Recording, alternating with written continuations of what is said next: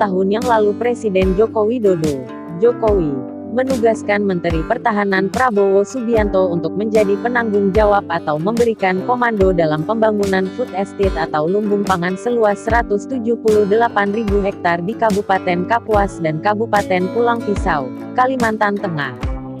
Jokowi menyatakan lumbung padi yang akan dibangun pada tahap awal seluas 30.000 hektar. Lalu, dalam waktu 1,5 tahun atau maksimal 2 tahun akan ditambah lagi lumbung padi seluas 148.000 hektar.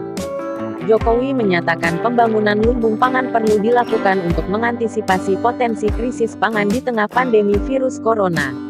Hal ini sesuai dengan peringatan kelangkaan bahan pangan yang disampaikan Organisasi Pangan dan Pertanian Dunia, FAO, beberapa waktu lalu.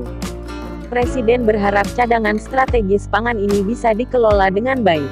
Dengan demikian, jika masyarakat kekurangan bahan pangan, maka bisa disediakan dari Kalimantan Tengah.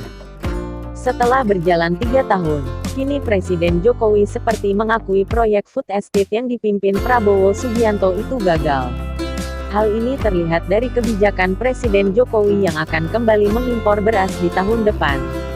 Presiden Jokowi mengatakan Indonesia sudah mengamankan 3 juta ton beras berasal dari komitmen India dan Thailand. Perinciannya, sebanyak 2 juta ton dari Thailand dan 1 juta ton dari India. Jokowi mengatakan berdasarkan informasi dari Bulog bahwa sudah dilakukan tanda tangan untuk impor beras 1 juta ton. Kemudian saat KTT ASEAN Jepang, Jokowi juga telah mendapatkan komitmen dari Thailand sebanyak 2 juta ton.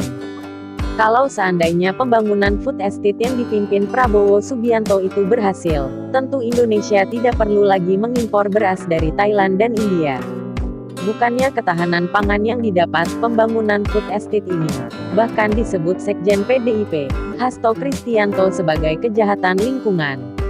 Hasto melihat proyek food estate ini hanya berimbas pada penebangan hutan yang tidak menghasilkan.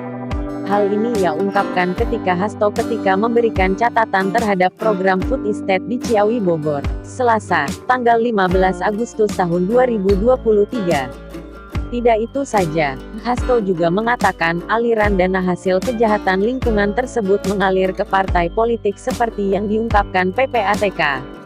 Tetapi yang kita heran adalah Indonesia mengimpor beras lantaran produksi dalam negeri diperkirakan masih belum normal di tahun depan sebagai dampak El Nino.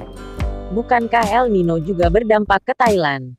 Mengapa Thailand masih bisa mengekspor beras ke Indonesia? Walaupun Indonesia dan Thailand sama-sama kena dampak El Nino.